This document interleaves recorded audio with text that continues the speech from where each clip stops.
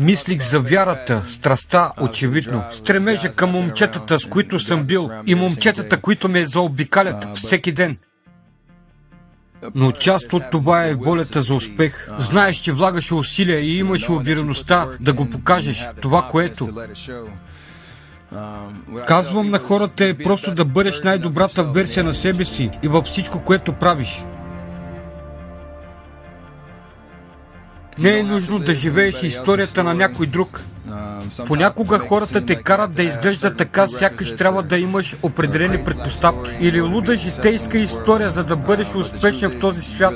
Но истината е, че всъщност нямаш. Няма значение откъде идваш, какво имаш или нямаш. Какво ти липсва, което имаш твърде много. Но от всичко, от което се нуждаеш, е вяра в Бог и нестихваща страст към това, което правиш. Какво избираш да правиш в този живот. И неуморния стремеж и волята да направиш каквото е необходимо, за да бъдеш успешен. Каквото и да си поставиш за цел, за да си сигурен, че живееш в момента и работиш здраво всеки ден. Надявам се да вдъхновя хората по целия свят. Просто да бъдат себе си, да бъдат смирени за всички благослови в живота си. Наистина е чест да бъда вашият минимално жизнен способен продукт тази година. Благодаря ви много.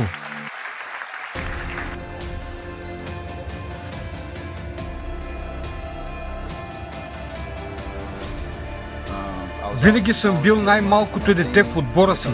И това идва от серията, но винаги съм бил най-малкото дете в отбора си. Знаете, всичко се случва с причина. Има история във всичко. И ако отделите време, за да осъзнаете каква е вашата мечта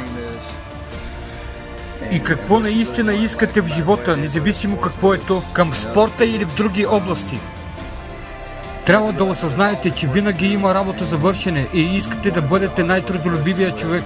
И каквото и да правите, трябва да се поставите в позиция, за да бъдете успешни. И трябва да имате страст към това, което правите. А баскетболът е моят и това ме плашеше до този момент.